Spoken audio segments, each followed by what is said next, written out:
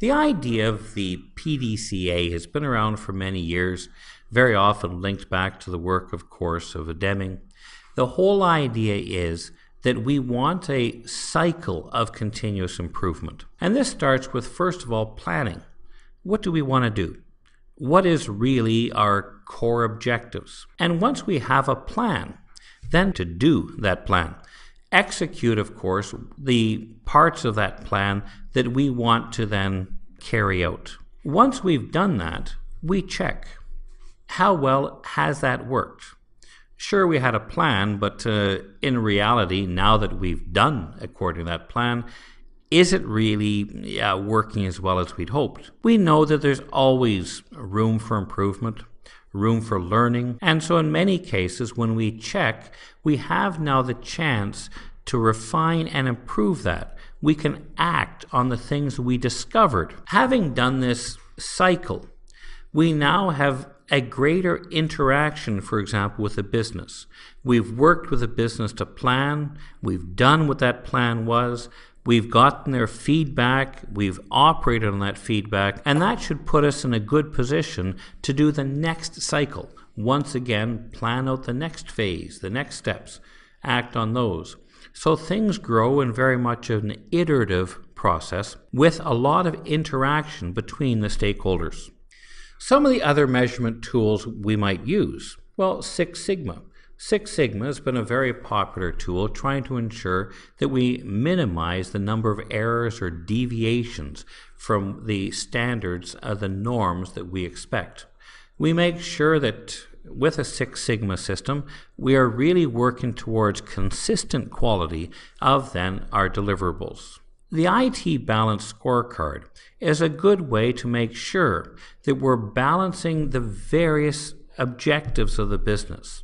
We don't just focus solely on financial goals, but also we compare things such as internal development, customer satisfaction, and certainly our learning and growth. By looking at all of these and making goals that consider all of those areas, I'll probably have a much more balanced approach to the development and management, setting the priorities for my IT department. It is important that we have consistent, measurable objectives, and these can often be expressed as key performance indicators. For example, what is our network uptime? What is, of course, our response time? These key performance indicators are things that are very much quantifiable measurements that we are going to be able to use then as KPIs to measure, are we meeting the expectations of the business? Are we perhaps exceeding those? But if we're not, at least we know where we're at, so we'll be able to put together what are the projects, programs, tasks that will get us to that desired level of performance. Benchmarking can be good. Benchmarking lets us look at what have other similar organizations done. We can learn from certainly the lessons that other organizations have experienced over times past. The idea of benchmarking in many cases will allow us now to at least know, are we on the right track compared to others, for example, in the industry. One thing that I think is always the interesting and innovative area for audit is the fact is that as an auditor, you can make a difference every day.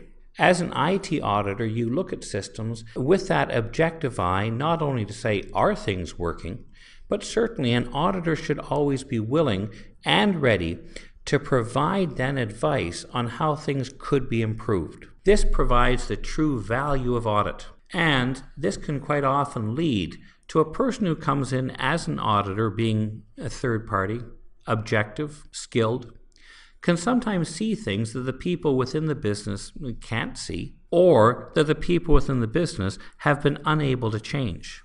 When the auditor then takes a look at those systems, the auditor may be able to spur then that change. Hey, there's ways we could improve this, leading to things like business process re-engineering. The other thing the auditor must always be aware of is, are we really finding the underlying problems? Sometimes we'll have an incident, and we can deal with that incident in a very efficient, professional manner. But the problem can be that Well, we didn't fix the underlying problem. Maybe there was a problem underneath there that really should have been addressed, something that is going to cause this incident to happen again. So this is where doing true in-depth root cause analysis, very often we can have an incident. Something has gone wrong. So we deal with the incident.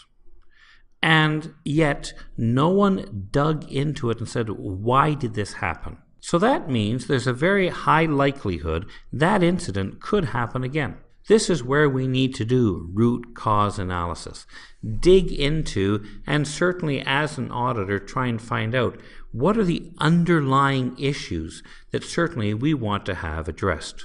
The idea as well is that we know that projects often are more successful when we have a good structured approach. We follow a life cycle where we consciously address all of the tasks necessary. For example, a good life cycle says that we don't overlook something or rush into, say, for example, building a system before we've really looked at the requirements and the design. The auditor can help provide that balance where sometimes the developers may get ahead of themselves and start slinging code and working, say, for example, on making changes, but without understanding the overall architecture, without having taken the time to understand how the effort on this could affect other areas and how efficiencies could be realized. Good life cycle cost-benefit analysis will allow us then to maximize the time taken so that, for example, an audit is then done in a way that understands whether or not each phase has been addressed and whether or not there could have been savings from, say, better planning, or we could say here through more efficient use of the resources during the various phases of systems development.